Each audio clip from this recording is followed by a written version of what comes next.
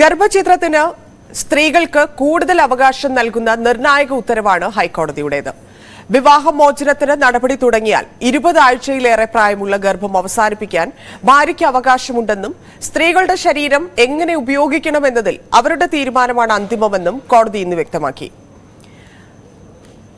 എന്റെ ശരീരം എന്റെ സ്വന്തമാണെന്ന ഐക്യരാഷ്ട്രസഭ പോപ്പുലേഷൻ ഫണ്ടിന്റെ വാചകം ഉദ്ധരിച്ചുകൊണ്ടായിരുന്നു ഇന്നത്തെ ഉത്തരവ്. ലേഡീസ് മാൻ ഇതാണ് പരിശോധിക്കുന്നത്. അബോർഷനും സ്ത്രീ സ്വാതന്ത്ര്യവും. സ്വാഗതം.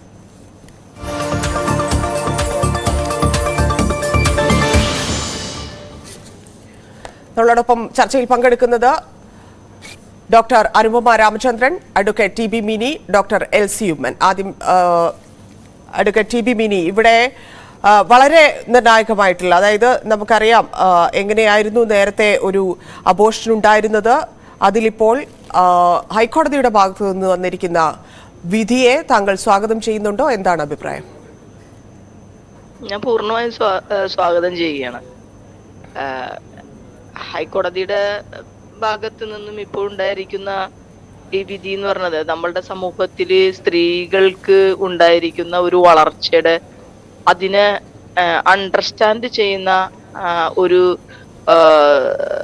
ജനാധിപത്യപരമായിട്ടുള്ള ഒരു സൊസൈറ്റിയുടെ റിഫ്ലക്ഷനാണ് ആ വിധി എന്നാണ് എനിക്ക് തോന്നുന്നത്. കാരണം പലപ്പോഴും സ്ത്രീകൾ പറയാം എന്റെ ശരീരം എന്റേതാണെന്നൊക്കെ പറയുമെങ്കിലും അതിനൊരു നിയമപരമായിട്ടുള്ളതോ ഒരു അല്ലെങ്കിൽ സൊസൈറ്റിയുടെ ഭാഗത്തു നിന്നുള്ള ഒരു അംഗീകാരം ഇപ്പോഴും കിട്ടിയിട്ടില്ല. പലരും അത് സ്ത്രീയുടെ തന്നെയാണോ എന്നുള്ള വിശ്വാസം സ്ത്രീകൾക്കുമുണ്ട്, പുരുഷന്മാർക്കുമുണ്ട്. ഈ സ്ത്രീകളുടെ ശരീരം അവരുടെ തന്നെയാണ്. ഇപ്പൊ വിവാഹ ജീവിതവുമായി ബന്ധപ്പെട്ടുകൊണ്ട് പരസ്പരം ജീവിക്കുന്ന സമയത്താണെങ്കിലും അല്ലെങ്കിൽ സെക്ഷൽ ഇന്റർകോഴ്സുമായിട്ട് ബന്ധപ്പെട്ട ഏതൊരു സമയത്താണെങ്കിലും അതായത് കൺസെന്റോട് കൂടിയിട്ടുള്ള സന്ദർഭങ്ങളിലും സ്ത്രീകളുടെ ശരീരം സ്ത്രീകളുടെ തന്നെയാണോന്നോ സ്ത്രീകൾക്കോ പുരുഷന്മാർക്കോ തർക്കം നിലനിൽക്കുന്ന ഒരു സാഹചര്യത്തിലാണ് അസന്നിഗ്ധമായിട്ടുള്ള ഒരു പ്രഖ്യാപനം വരുന്നത്. അത് ഈ സമൂഹത്തിന്റെ സ്ത്രീകളോടുള്ള കാഴ്ചപ്പാടിന്റെ വളർച്ചയുടെ ഭാഗമായിട്ടാണ് ആ വിധി എന്നാണ് ഞാൻ മനസ്സിലാക്കുന്നത്. ശരി, ഡോക്ടർ അനുപമ രാമചന്ദ്രൻ, ഇവിടെ ഗർഭഛിദ്രത്തിന് സ്ത്രീകൾക്ക് കൂടുതൽ അവകാശം നൽകുന്ന വളരെ നിർണായകമായ ഒരു ഉത്തരവ് ഹൈക്കോടതിയുടെ ഭാഗത്തു നിന്നുണ്ടാവുന്നു. പക്ഷേ 20 ആഴ്ചയ്ക്ക് ശേഷവും ഗർഭഛിദ്രം എന്ന് പറയുമ്പോൾ അത് സ്ത്രീക്കുണ്ടാക്കുന്ന ബുദ്ധിമുട്ടുകൾ, അതിനെക്കുറിച്ചാണോ താങ്കൾ ചിന്തിച്ചത്? ഇല്ലെങ്കിൽ അഡ്വക്കേറ്റ് പറഞ്ഞതുപോലെ താങ്കളും ഇതിനെ പൂർണ്ണമായി ഉൾക്കൊള്ളുകയാണോ ഉത്തരവിന്? തീർച്ചയായിട്ടും ഈ വിധിയോട് പൂർണ്ണമായിട്ട് യോജിക്കാൻ ബുദ്ധിമുട്ടുണ്ട്. കാരണം ശാസ്ത്രീയമായിട്ട് പറഞ്ഞു കഴിഞ്ഞാൽ സ്ത്രീയുടെ ഒരു ആരോഗ്യസ്ഥിതി അത് വളരെ പ്രാധാന്യം അർഹിക്കുന്നുണ്ട്. ഇത് ഈ എന്താ പറയണ്ടേ, മിസ്യൂസ് ചെയ്യാനുള്ള ഒരു പ്രവണത സ്ത്രീകളുടെ ഭാഗത്തുനിന്ന് ഉണ്ടാകാൻ പാടില്ല. കാരണം ഇന്ത്യയിൽ ഓൾറെഡി തന്നെ 24 ആഴ്ച, അതായത് 6 മാസം വരെയുള്ള ഗർഭഛിദ്രങ്ങൾ ഇന്ത്യയിൽ അലൗഡ് ആണ്. അപ്പം ഈ 6 മാസം വരെയുള്ള ഗർഭഛിദ്രത്തിന് അപ്പുറമുള്ള ഗർഭഛിദ്രത്തിനെ പലപ്പോഴും ആളുകൾ ആവശ്യപ്പെടാറുണ്ട്. അത് അമ്മയ്ക്ക് ഒരുപാട് ദോഷങ്ങൾ ഗർഭിണിക്ക് ഉണ്ടാക്കാവുന്നതാണ്. അപ്പൊ എന്ന് പറയുന്ന പോലെ തന്നെ ഗർഭഛിദ്രങ്ങളുടെ ഉള്ള നിയമങ്ങൾ ഒരുപാട് ട്രാൻസ്പെറന്റ് ആകുമ്പോൾ അല്ലെങ്കിൽ ഒരുപാട് അതിനകത്ത് പെർമിഷൻസ് കൊടുക്കുമ്പോൾ അത് മിസ്യൂസ് ചെയ്യാനുള്ള ഒരു പ്രവണത സ്ത്രീകളുടെ ഭാഗത്തു നിന്ന് വരരുത്. നിലവിലുള്ള നിയമങ്ങൾ ഈ തീർച്ചയായിട്ടും, ഫോർ എക്സാമ്പിൾ ഇപ്പം പിന്നെ വിധവയായ ഒരു സ്ത്രീ ആണെങ്കിൽ അല്ലെങ്കിൽ ഏതെങ്കിലും ഒരു സെക്ഷൽ അസോൾട്ടിനോടൊപ്പം റേപ്പ് വിക്ടിംസോ അതുപോലുള്ളതാണെങ്കിൽ, അതുപോലെ കുഞ്ഞിന് ഭയങ്കരമായ വൈകല്യങ്ങളുണ്ട്, ആ ഗർഭം തുടർന്നുകൊണ്ട് പോകുന്നത് അമ്മയ്ക്കോ കുഞ്ഞിനോ ശരീരത്തിന് ദോഷകരമായ രീതിയിലുള്ളതാണെങ്കിൽ തീർച്ചയായിട്ടും ഇത്തരം ആനുകൂല്യങ്ങൾ ആ നിയമത്തിൽ കൊടുക്കുന്നത് നല്ലതാണ്. അത് ചെയ്തു കൊടുത്ത് അവരെ സേവ് ചെയ്യാൻ കഴിയുക എന്ന് പറയുന്നത് ഒരു ഗൈനക്കോളജിസ്റ്റ് എന്നുള്ളത് നല്ലതാണെന്ന് തന്നെയാണ് എന്റെ അഭിപ്രായം. പക്ഷെ അത് പറഞ്ഞ പോലെ തന്നെ അവരുടെ ആരോഗ്യസ്ഥിതിക്ക് എന്താ പറയണ്ടേ, ബുദ്ധിമുട്ടുണ്ടാക്കുന്ന രീതിയിലേക്ക് ഈ നിയമം മിസ്യൂസ് ചെയ്യാനുള്ള ഒരു പ്രവണത ഉണ്ടാവില്ല. ശരി, ഡോക്ടർ എൽസി ഉമ്മൻ, ഇവിടെ പല രീതിയിലും പല കാരണങ്ങൾ കൊണ്ടുമായിരിക്കും ഗർഭഛിദ്രത്തിലേക്കൊക്കെ ആളുകൾ കടക്കുന്നത്. അപ്പം കൂടുതൽ അവകാശം ലഭിക്കുമ്പോൾ സ്ത്രീക്ക്, ഇപ്പം ഡോക്ടർ പറഞ്ഞതുപോലെ നോക്കുകയാണെങ്കിൽ അതിൽ കൂടുതൽ തീരുമാനങ്ങൾ എടുക്കുന്നത് സ്ത്രീയാകുന്നു. പക്ഷേ ഇവരുടെ ഒരു മാനസിക അവസ്ഥ കൂടി പരിഗണിക്കേണ്ടതുണ്ട്. ഗർഭഛിദ്രത്തിന് ശേഷവും അതിനു മുമ്പും ഇവരിത് വേണ്ട എന്ന് വയ്ക്കുന്ന ആ പോയിന്റ് മുതലുള്ള ഇവരുടെ മാനസികാവസ്ഥ, ഇല്ലെങ്കിൽ ഏത് സാഹചര്യമാണ് എന്നതിനെ കൂടിയൊക്കെ കരുതേണ്ടതുണ്ട്. അപ്പം അങ്ങനെയുള്ളൊരു സാഹചര്യത്തിൽ ഈ വിധിയെ നോക്കുമ്പോൾ ഏതു തരത്തിലായിരിക്കും സ്ത്രീയെ സംബന്ധിച്ച് ഇത് ഹെൽപ്പ് ചെയ്യുന്നത്? ഇല്ലാതെ ഇത് ഈ ആരോഗ്യ പ്രശ്നം ഉണ്ടാക്കുന്നത് പോലെ തന്നെ മാനസികമായിട്ടുള്ള പ്രശ്നങ്ങൾ ഉണ്ടാക്കാൻ ഈ ഒരു 20 ആഴ്ചയിൽ കൂടുതൽ എന്നുള്ളത് കാരണമാകുമോ? ഞാൻ മനസ്സിലാക്കിയിരിക്കുന്നത് ഡിവോഴ്സ് സംബന്ധമായിട്ട് വന്ന ഒരു വിധിയല്ലേ ഇത്. അതെ. ആ അപ്പൊ തീർച്ചയായിട്ടും ഞാൻ അതിനോട് പൂർണ്ണമായിട്ട് യോജിക്കുന്നു. കാര്യം എന്താ വെച്ചാല് നമ്മൾ എപ്പോഴും സംസാരിക്കുമ്പോൾ കൊണ്ടുവരുന്ന ഒരു ടോപ്പിക്കാണ് പാരന്റിങ് എന്നുള്ളത്. ഒരു സിംഗിൾ പാരന്റിങ്ങില് ഒരു കുട്ടി ജനിക്കുമ്പോൾ എത്രമാത്രം പിന്നീട് ഭാവിയിൽ അത് പ്രശ്നം ഉണ്ടാക്കുന്നു എന്നുള്ളത് പലപ്പോഴും നമ്മൾ തിരിച്ചറിയാറില്ല. ഏതുവിധ പഠനങ്ങൾ എടുത്തു നോക്കിയാലും ഭാര്യയും ഭർത്താവും അല്ലെങ്കിൽ അച്ഛനും അമ്മയും ഒരുമിച്ച് ചേർത്ത് വളർത്തിക്കൊണ്ട് വരുന്ന കുട്ടികൾക്കാണ് എപ്പോഴും നല്ല മാനസിക നില ഉണ്ടാകാറ്. അപ്പൊ അങ്ങനെ നോക്കുമ്പോൾ ഡിവോഴ്സ്ഡ് ആയിട്ടുള്ള പേരൻസിന്റെ കുഞ്ഞുങ്ങൾക്ക് അവർക്ക് ആ രീതിയിൽ അല്ലെങ്കിൽ ആരാണോ കൊച്ചിന്റെ കസ്റ്റോഡിയൻ ലഭിക്കുന്നത് അവര് അതേ രീതിയിൽ നല്ല ആരോഗ്യത്തോടെ, ഞാൻ ഉദ്ദേശിക്കുന്നത് മാനസികാരോഗ്യമാണ്. അത്തരം നല്ല മാനസികാരോഗ്യം കിട്ടാൻ സാഹചര്യം ഒരുക്കി കൊടുത്തില്ലെന്നുണ്ടെങ്കിൽ തീർച്ചയായിട്ടും ആ കുട്ടികൾ പിന്നീട് വളരെയധികം കോണ്ടാക്ട് ഡിസോർഡേഴ്സും അല്ലെങ്കിൽ വ്യക്തിത്വ വൈകല്യങ്ങളും അല്ലെങ്കിൽ മറ്റ് ഒരുപാട് പെരുമാറ്റ പ്രശ്നങ്ങളും ഒക്കെയുള്ള കുട്ടികളായിട്ട് മാറിത്തീരും. അത് തന്നെയല്ല, ഈ സ്ത്രീയെ സംബന്ധിച്ച് അവര് പിന്നീട് ഒറ്റയ്ക്കാണ്. പിന്നീട് മെയിന്റനൻസ് കിട്ടിയാൽ കിട്ടി, കിട്ടിയില്ലെങ്കിൽ കിട്ടിയില്ല, അല്ലെങ്കിൽ അവർക്കത് പിന്നീട് പല പ്രശ്നങ്ങളുണ്ടാവും. ഈ അടുത്തിടെയും നമ്മൾ ചർച്ച ചെയ്തതാണ് പിന്നീട് ഒരു ജീവിതം വേണ്ടി വന്നപ്പോൾ കുട്ടിയെ കൊന്നുകളയുന്ന അവസ്ഥ. അതെ, അത് നിരന്തരം ഉണ്ടാകുന്നു എന്നുള്ളതാ. കഴിഞ്ഞ ദിവസം കൂടി മലപ്പുറത്ത് അത്തരത്തിലൊരു സംഭവം ഉണ്ടായി.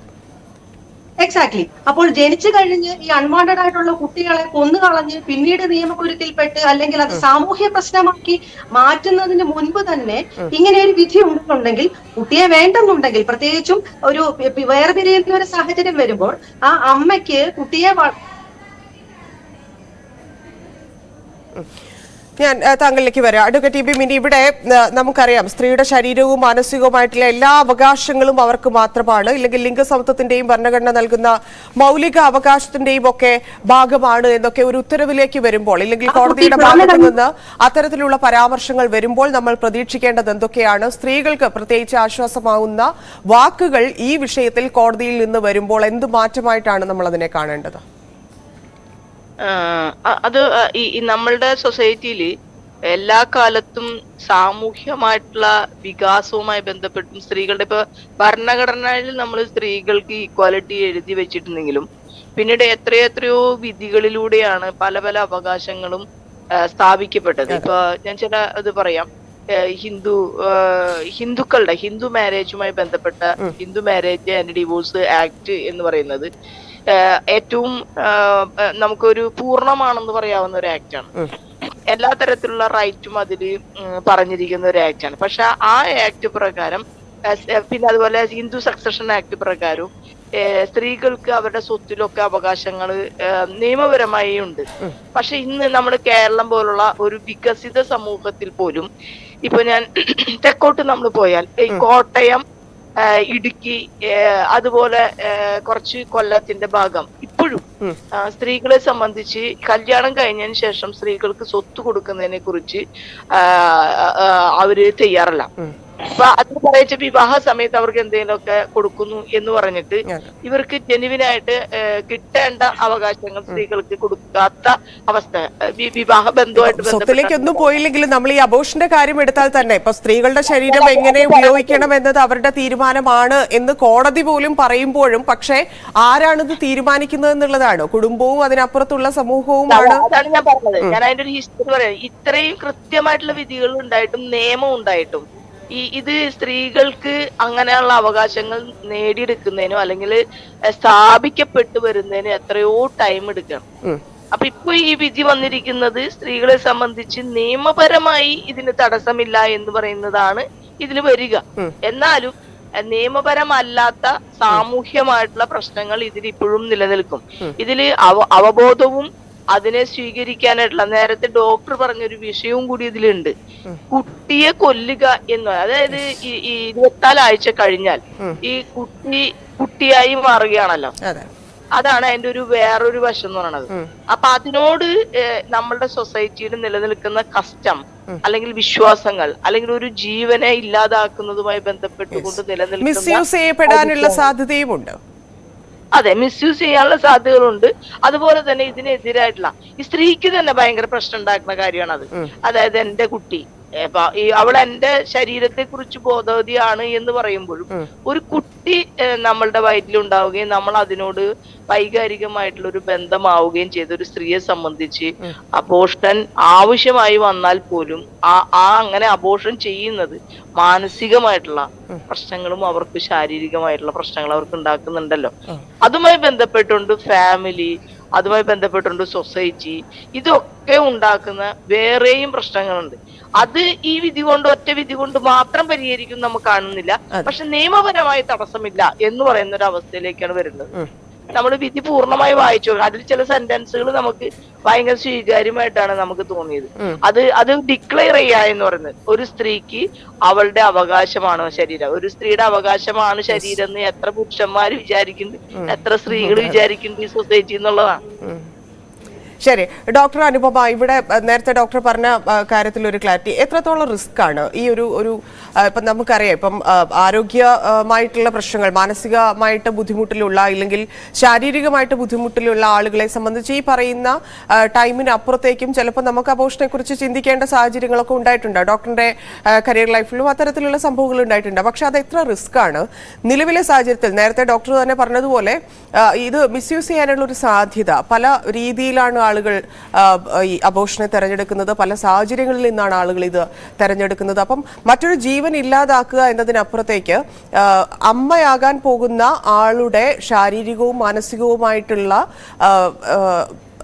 അതും കൂടി കണക്ട് ചെയ്തുകൊണ്ട്, അല്ലെങ്കിൽ അതിനുകൂടി പ്രാധാന്യം നൽകിക്കൊണ്ട് ഇത് ചെയ്യുന്നതിൽ എന്താണ് തെറ്റ് എന്ന് സ്വാഭാവികമായിട്ടും ചോദ്യങ്ങൾ ഉയർന്നേക്കാം. പക്ഷെ അതിലുള്ള റിസ്ക് ഒരു പക്ഷേ ഡോക്ടർ അത് വിശദീകരിക്കുമ്പോൾ ആളുകൾക്ക് മനസ്സിലാകാനുള്ള സാധ്യത കൂടി ഉണ്ടെന്ന് തോന്നുന്നു. തീർച്ചയായിട്ടും നമുക്ക് ഏതൊരു പ്രഗ്നൻസിയും അൺപ്ലാൻഡും അൺവാണ്ടഡും ആകാതിരിക്കുക എന്നുള്ളതാണ്. എപ്പോഴും ആ ദമ്പതികൾ അല്ലെങ്കിൽ ആ ഒരു കപ്പിൾ ആഗ്രഹിക്കുന്ന സമയത്ത് ഒരു ഗർഭമാകാൻ എന്ന രീതിയിലേക്ക് ഒരു ജീവിത ശൈലി കൊണ്ടുവരുന്നതാണ് എപ്പോഴും നല്ലത്. കാരണം എന്താണെന്ന് വെച്ചാൽ എല്ലാവരും സൂചിപ്പിച്ച പോലെ തന്നെ ഏറ്റവും കൂടുതൽ റിസ്ക് വരുന്നത് സ്ത്രീക്കാണ്. ഗർഭിണിയായി കഴിയുമ്പോൾ തീർച്ചയായിട്ടും അത് വേണ്ട എന്ന് സ്ത്രീ വെക്കുമ്പോൾ അവിടെ തുടങ്ങുകയാണ് അവരുടെ എല്ലാ വിധത്തിലുള്ള റിസ്കുകളും. അടിക്കടിയുള്ള അബോർഷൻസ് വേണ്ടി വരികയാണെങ്കിൽ തന്നെ തീർച്ചയായിട്ടും പലതരത്തിലുള്ള അണുബാധകൾ യൂട്രസിലേക്ക് പോകാനും പിന്നീട് എപ്പോഴെങ്കിലും അവർക്ക് ഒരു കുഞ്ഞ് വേണം എന്ന് തോന്നുമ്പോൾ അവർക്ക് വന്ധ്യതയിലേക്ക് പോകുവാനുള്ള സാധ്യതയൊക്കെ വളരെ കൂടുതലാണ്. അതേപോലെ തന്നെ അബോർഷൻ എന്ന് പറയുന്നത് നമ്മൾ പറയാവുന്ന പോലെ അല്ല, അവിടെ ഒരുപാട് റിസ്കുകൾ, പ്രസവം പോലെ തന്നെ ശരിക്കും പറഞ്ഞാൽ പല രീതിയിലുള്ള റിസ്കുകൾ അതിനകത്തുണ്ട്. ഒന്ന് അമിതമായ രക്തസ്രാവം ഉണ്ടാകാം, അല്ലെങ്കിൽ അബോർഷന് വേണ്ടി ഉപയോഗിക്കുന്ന മരുന്നുകളുടെ അലർജി ഉണ്ടാകാം, അല്ലെങ്കിൽ അബോർഷൻ നമ്മളിപ്പം DNC എന്നൊക്കെ പറഞ്ഞ പ്രൊസീജിയേഴ്സ് ഉണ്ട്, ഓപ്പറേഷൻ പോലെ തന്നെ ഉള്ള ഓപ്പറേഷൻ എന്നൊക്കെ പറഞ്ഞാൽ അങ്ങനെയുള്ള പ്രൊസീജിയേഴ്സ് ആയിരിക്കാം ചിലപ്പോൾ അബോർഷൻ ചെയ്യുന്നത്. അല്ലെങ്കിൽ 4 മാസം കഴിഞ്ഞാൽ പിന്നെ ഒരു സ്ത്രീ ഒരു പൂർണ്ണ ഗർഭിണിയായി പ്രസവിപ്പിക്കുന്ന പോലെ തന്നെ മരുന്നുകൾ നൽകി അവരെ പ്രസവിപ്പിച്ചേ നമുക്ക് അബോർഷൻ ആക്കാൻ കഴിയുകയോ. അപ്പൊ അവിടെ എല്ലാം അമിതമായ രക്തസ്രാവം ഉണ്ടാകാം, ഇൻഫെക്ഷൻസ് ഉണ്ടാകാം, അല്ലെങ്കിൽ മരുന്നുകളുടെ അലർജി, മറ്റ് ബുദ്ധിമുട്ടുകൾ, അല്ലെ അനസ്തേഷ്യ മെഡിസിൻസ് കൊടുക്കുകയാണെങ്കിൽ അതിന്റെ പ്രശ്നങ്ങൾ, ഇങ്ങനെയുള്ള ഒട്ടനവധി റിസ്കുകൾ ഭാവിയിൽ ഒരു നല്ല രീതിയിൽ ഒരു ഗർഭം ധരിച്ച് പ്രസവിക്കാനുള്ള സാധ്യതകൾ കുറയ്ക്കുക, ഇങ്ങനെയുള്ള ഒട്ടനവധി റിസ്കുകൾ ഇതിനകത്തുണ്ട്. അതുകൊണ്ട് തീർച്ചയായിട്ടും ഒരു അൺപ്ലാൻഡ് പ്രഗ്നൻസി ആകാണ്ടിരിക്കാൻ നോക്കുക സ്ത്രീകൾ എല്ലാവരും തന്നെ. ഈ ഒരു അവർക്ക് വേണ്ടെന്ന് വെക്കാനുള്ള ഒരു അവകാശം കിട്ടുന്നത് തീർച്ചയായിട്ടും നല്ലതാണ്. കാരണം എന്താണെന്ന് വെച്ചാൽ ആദ്യ മാസങ്ങളിലെ അബോർഷന് റിസ്ക് കുറവാണ്. അതാണ് മനസ്സിലാക്കേണ്ട പ്രധാനപ്പെട്ട ഒരു കാര്യം. ആദ്യത്തെ ഒരു 2-2.5 മാസത്തിനകം അബോർഷൻ എന്നൊരു കാര്യത്തിലേക്ക് പോവുകയാണെങ്കിൽ വളരെയധികം റിസ്ക് സ്ത്രീക്ക് കുറവാണ്. ആ സമയത്ത് ഉചിതമായ ഒരു തീരുമാനം സ്ത്രീക്ക് സ്വന്തമായിട്ട് എടുക്കാൻ കഴിയുക എന്നുള്ളത് ഞങ്ങൾ ഡോക്ടർമാരെ സംബന്ധിച്ചിടത്തോളം ഏറ്റവും സ്വാഗതാർഹമായ കാര്യമാണ്. പ്രത്യേകിച്ച് ഒരു 6 ആഴ്ച അല്ലെ 7 ആഴ്ചക്കുള്ളിലാണെന്നുണ്ടെങ്കിൽ നമുക്ക് മെഡിസിൻസ് കൊടുത്ത് തന്നെ കുറച്ചുകൂടെ സേഫ് അബോർഷൻ പോകാൻ കഴിയും. അപ്പൊ അപ്പോൾ തന്നെ സ്ത്രീക്ക് അങ്ങ് സ്വയം തീരുമാനിക്കാൻ കഴിയുകയാണെങ്കിൽ ഏറ്റവും സ്വാഗതാർഹമായ ഒരു കാര്യം. പിന്നീടുള്ള മാസങ്ങളിൽ ഉള്ള തീർച്ചയായിട്ടും റിസ്ക് ഉണ്ട്. എങ്കിലും ഒരു പറഞ്ഞ പോലെ ഇന്ത്യയിലെ നിയമം അനുസരിച്ച് 5-6 മാസത്തിനകമുള്ള അബോർഷനും കുഴപ്പമില്ല. വലിയ കുഴപ്പമില്ലെന്നല്ല, കുഴപ്പങ്ങളുണ്ട്, പക്ഷെ എങ്കിലും കുഴപ്പമില്ല. മറിച്ച് 6 മാസം കഴിഞ്ഞുള്ള യാതൊരു വിധത്തിലുള്ള അബോർഷൻ കാര്യങ്ങളിലേക്ക് നിയമം അനുവദിക്കുന്നില്ല. അത് ഏറ്റവും ചില സാഹചര്യങ്ങളിൽ മാത്രം, നേരത്തെ സൂചിപ്പിച്ചതുപോലെ തന്നെ ചില സാഹചര്യങ്ങളിൽ മാത്രമേ 6 മാസം കഴിഞ്ഞുള്ള അബോർഷൻ അലൗഡ് ആയിട്ടുള്ളൂ. അത് കഴിവതും അങ്ങേയറ്റം ഒഴിവാക്കുക അത്തരം സാഹചര്യങ്ങൾ എന്നാണ് എനിക്ക് പറയാനുള്ളത്. ശരി, ഡോക്ടർ എൽസി, ഇവിടെ നമ്മുടെ നാട്ടിലൊക്കെ ഒരു ആശുപത്രിയിൽ പ്രത്യേകിച്ച് ഗൈനക്കോളജിസ്റ്റിനെ കാണാൻ പോകുമ്പോൾ ഗർഭിണിയായ ശേഷം കാണാൻ ചെല്ലുന്ന സ്ത്രീ ആദ്യം നേരിടുന്ന ഒരു ചോദ്യം ഭർത്താവ് വന്നിട്ടുണ്ടോ എന്നുള്ളതാണ്. ഇല്ലെങ്കിൽ മാതാപിതാക്കളുണ്ടോ? അതായത് അവിടെ എപ്പോഴും ഒരു റിസ്ക് എന്നുള്ളൊരു സാധനം പെട്ടെന്ന് തോന്നും. ഇപ്പം നമ്മുടെ മാനസികാവസ്ഥയോ ശാരീരിക അവസ്ഥയോ മോശമാണെങ്കിൽ നമ്മൾ ഇത് വേണ്ട എന്ന് വെക്കുമ്പോഴോ ഇല്ലെങ്കിൽ നമുക്കിത് പ്രൊസീഡ് ചെയ്യാം ഇല്ലെങ്കിൽ മുമ്പോട്ട് പോകാം എന്നാണെങ്കിലോ നമ്മുടെ തീരുമാനം എന്ത് എന്ന് അറിയുന്നതിന് മുമ്പ് തന്നെ ചോദിക്കുന്ന ഒരു ചോദ്യമായിട്ടാണ് നമ്മൾ ഇതിനെ എപ്പോഴും കാണാറുള്ളത്, ഈ കൂടെ ആര് എന്നുള്ളൊരു ചോദ്യം. അപ്പം നിലവിൽ ഇവിടെ ഒരാൾ ഒറ്റയ്ക്ക് പോകുന്നു, ഇപ്പൊ ഞാൻ ഒറ്റയ്ക്ക് പോകുന്നു, എനിക്കിതാണ് തീരുമാനം, എൻ്റെ തീരുമാനം ഇതാണ് എന്ന് പറഞ്ഞുകൊണ്ട് ഒരു തീരുമാനം എൻ്റെ ശരീരത്തിൽ എടുക്കാൻ ഇല്ലെങ്കിൽ എൻ്റെ മാനസികാവസ്ഥയ്ക്ക് വേണ്ടി എടുക്കാൻ പറ്റുന്ന ഒരു നാളെക്കുറിച്ച് താങ്കൾ ആലോചിക്കുന്നുണ്ടോ? അങ്ങനെയൊന്നും സംഭവിക്കാനുള്ള സാധ്യതയുണ്ടോ? തീർച്ചയായിട്ടും നമ്മുടെ ഇപ്പോഴത്തെ സാഹചര്യം അനുസരിച്ച് ഡോക്ടർ എൽസി, നമ്മുടെ ഇപ്പോഴത്തെ സാഹചര്യം, അതായത് ഒരുപാട് മാറ്റങ്ങൾ, സാമൂഹ്യ മാറ്റങ്ങൾ നമ്മുടെ സമൂഹത്തിൽ വന്നു ചേർന്നിട്ടുണ്ട്. അപ്പൊ അതനുസരിച്ചിട്ട് നിയമവും റിവൈസ് ചെയ്യേണ്ടത് ആവശ്യമുണ്ട്, റിവിഷന്റെ ആവശ്യമുണ്ട്, കാലാനുസൃതമായിട്ട് പരിഷ്കരിക്കേണ്ടത് ആവശ്യമുണ്ട്. അപ്പൊ അത്തരം ഒരു പരിഷ്കാരമായിട്ടാണ് ഞാൻ ഇതിനെ കണക്കാക്കുന്നത്. മുൻപത്തെക്കാളേറെ ഡിവോഴ്സിന്റെ റേറ്റ് വളരെയധികം കൂടുതലാണ്. പണ്ട് എന്നൊക്കെ പറഞ്ഞാല് ഒരു കുടുംബം നിലനിന്ന് പോകാനായിട്ട് കുടുംബത്തിലുള്ളവർക്കും ഇൻഫാക്ട് എല്ലാവരും തന്നെ അതിന് എഫേർട്ട് ഇടാറുണ്ട്. ഇപ്പൊ അങ്ങനെയല്ല. പണ്ടത്തെ പോലെ മറ്റുള്ളവരുടെ കാര്യത്തിൽ ആരും ഇടപെടാറില്ല, അങ്ങനെ ഇടപെടുന്നത് അനുവദിക്കത്തുമില്ല. കാരണം ന്യൂക്ലിയർ സിസ്റ്റം ആയിട്ട് മാറി. അത് തന്നെയല്ല, മറ്റുള്ളവരുടെ സ്വാതന്ത്ര്യത്തിൽ കൈ കടത്തുന്നത് ശരിയല്ല എന്നുള്ള ഒരു പരിഷ്കൃത ബോധം മനുഷ്യന് വന്നു. അപ്പൊ അങ്ങനെയൊക്കെ വന്നതനുസരിച്ച് അവനവന്റെ തീരുമാനത്തിനാണ് ഏറ്റവും അധികം പ്രാമുഖ്യമുള്ളത്. അത് തന്നെയല്ല, താങ്കൾ സൂചിപ്പിച്ചതുപോലെ ഒരു ഹോസ്പിറ്റലിൽ പോയാൽ പോലും ഒപ്പം ആരെങ്കിലും ഉണ്ടോ എന്നാണ് ആദ്യത്തെ ചോദ്യം വരുന്നത്. അപ്പോൾ ഒരു ഡിവോഴ്സ് ഇടുന്ന ഒരു സ്ത്രീ അല്ലെങ്കിൽ ഇനിയും ഉള്ള കാലം അറ്റ്ലീസ്റ്റ് ഈ ഗർഭം അവസാനിക്കുന്നത് വരെ, പ്രസവം വരെ എങ്കിലും വേറൊരു മാരേജിനെ കുറിച്ച് അവർക്ക് ചിന്തിക്കാൻ പോലും പറ്റത്തില്ലല്ലോ. ആ സാഹചര്യത്തിൽ പലപ്പോഴും അവർ ഒറ്റയ്ക്ക് പോകേണ്ടതായിട്ടുണ്ട്. പലപ്പോഴും ഇത്തരം ചോദ്യങ്ങൾ നേരിടേണ്ടതായിട്ടുണ്ട്. സമൂഹത്തിന്റെ പല ചോദ്യങ്ങളും നേരിടേണ്ടതായിട്ടുണ്ട്. അത് തന്നെയല്ല, ഒറ്റയ്ക്ക് ഒരു കുട്ടിയെ വളർത്തിക്കൊണ്ട് വരിക എന്ന് പറയുന്നത് ഇമ്മൻസ് സ്ട്രെസ് ആണ്, പ്രത്യേകിച്ചും ഒരു സ്ത്രീയെ സംബന്ധിച്ച്. നമ്മുടെ സമൂഹത്തിൽ സ്ത്രീക്ക് ഇപ്പോഴും സാമ്പത്തിക സ്വാതന്ത്ര്യം എത്തിയിട്ടില്ല. അത് തന്നെയല്ല, സ്വന്തമായിട്ട് വരുമാനം ഉള്ളവർ പോലും നല്ലൊരു കോൺട്രിബ്യൂഷൻ ഒരു പക്ഷേ നമ്മുടെ സ്വന്തം അച്ഛനും അമ്മയ്ക്കും കൊടുക്കുന്ന സാഹചര്യം നമ്മുടെ സമൂഹത്തിൽ ഇപ്പോഴും ഉണ്ട്.